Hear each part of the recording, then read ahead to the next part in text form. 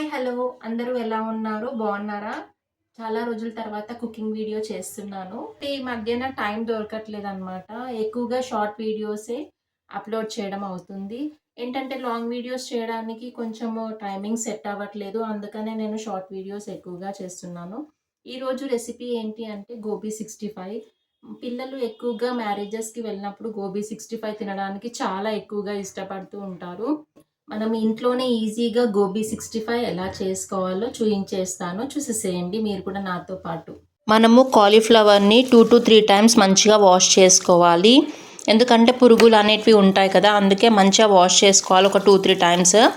Wash చేసుకున్న తర్వాత stove on చేసి వాటర్ వేసి గిన్నెలో వాటర్ బాయిల్ అయిన తర్వాత కొంచెం పసుపు యాడ్ చేయండి. ఇంకా సాల్ట్ కూడా వేయండి. ఈ పసుపు ఇంకా సాల్ట్ వేయడం వల్ల ఏంటి అంటే కాలీఫ్లవర్లో ఏమైనా పురుగులున్నా అవి కిందికి వెళ్ళిపోయి చనిపోతాయి అన్నమాట. అందుకే మనము పసుపు అనేది యాంటీసెప్టిక్ కాబట్టి మనం పసుపు కంపల్సరీగా వాడాలన్నమాట. పసుపు దేనికైనా మంచిది.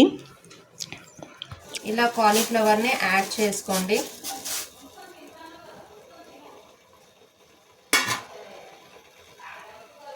ఒక 2-3 మినిట్స్ బాయిల్ అవుతే చాలు. మరీ మెత్తగా బాయిల్ అవ్వనివ్వకండి. ఎందుకంటే మెత్తగా అవుతే మరీ మెత్తగా చేశారనుకో మనకి ఫ్రై అనేది క్రిస్పీగా రాదు. అందుకని మనం బాయిల్ అనేది ఒక 1-2 మినిట్స్ చేసుకుంటే సరిపోతుంది.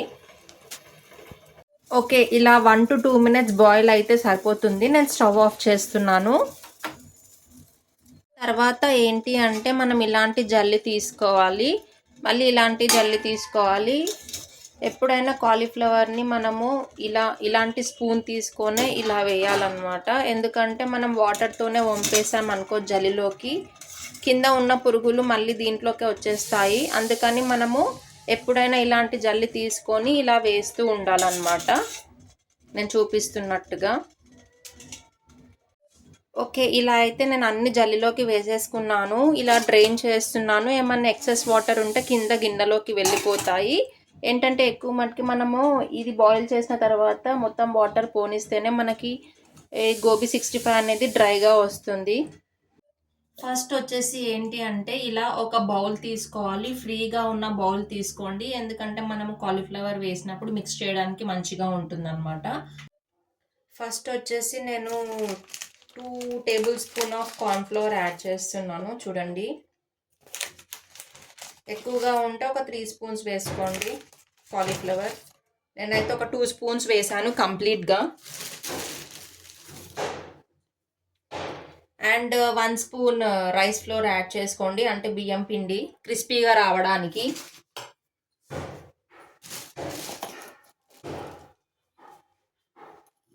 ఆ తర్వాత కొంచెము పసుపు యాడ్ చేయండి, కలర్ కోసం అన్నమాట ఇది. మీ దగ్గర మిరియాల పొడి ఉంటే మిరియాల పొడి యాడ్ చేసుకోండి. నా దగ్గర మిరియాల పొడి షార్టేజ్ ఉంది, అందుకని నేను గరం మసాలా పొడి యాడ్ చేస్తున్నాను. ఈ రెండిట్లో ఏదైనా యాడ్ చేసుకోవచ్చు, కాకపోతే కొంచెమే వేసుకోండి, ఘాటుగా అనిపిస్తుంది. కొంచెము స్పైసీగా ఉండడానికి ఒక 1 స్పూన్ కారం యాడ్ చేస్తున్నాను.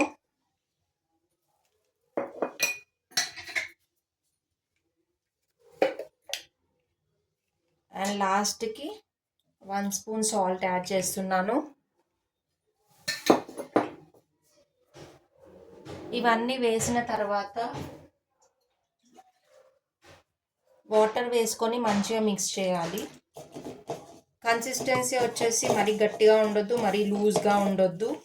ఇలా ఉంటే సరిపోతుంది. నేను చూపిస్తా మొత్తం మిక్స్ చేసిన తర్వాత.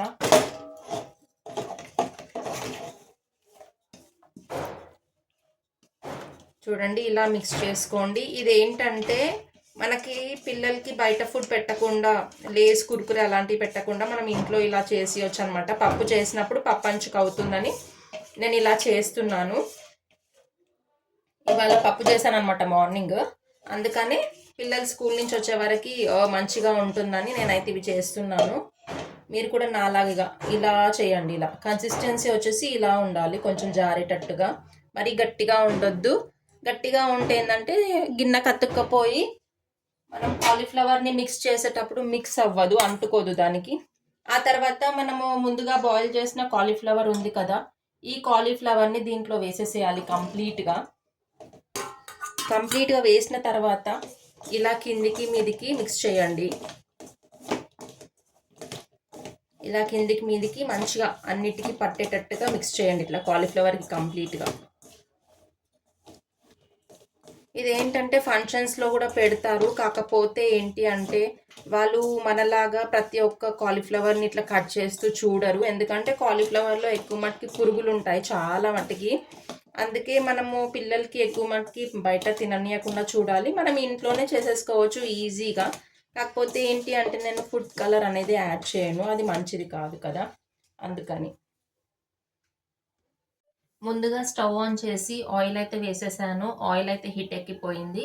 ఇప్పుడు మనం కాలీఫ్లవర్ వేయడం స్టార్ట్ చేద్దాము. ఎలా వేస్తానో చూడండి. ఇలా వేసుకోవాలి.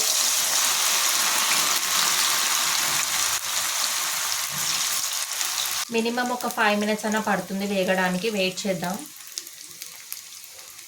చూడండి ఇలా కలర్ వస్తుంది మనం చేస్తే. ఇంట్లో ఏంటంటే నేను ఫుడ్ కలర్ యాడ్ చేయలేదు కాబట్టి మనకు రెడ్డిష్ కలర్ అవ్వదు, జస్ట్ ఈ కలర్ వస్తుంది. ఏంటంటే కాకపోతే టేస్టీగా ఉంటుంది, చాలా క్రిస్పీగా ఉంటుంది అండ్ టేస్టీగా కూడా ఉంటుంది. ఇలా జల్లీలోకి తీస్తే ఏంటంటే మన ఆయిల్ ఉంటే మనకి ఈజీగా ఇందులోకి వెళ్ళిపోతుంది, అందుకే నేను జల్లీలో తీస్తాను. ఆ తర్వాత ప్లేట్లో వేసుకోవాలి.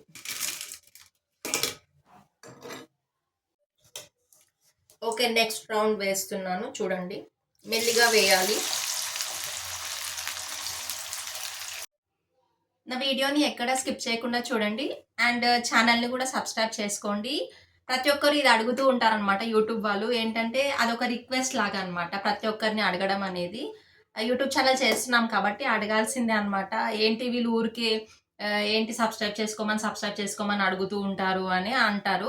కాకపోతే ఏంటి అంటే మన గురించి మనం చెప్పుకోవాలి అంటే మనం కంపల్సరీగా అడగాలి సబ్స్క్రైబ్ చేసుకోమని, అది తప్పదు ఇంకా.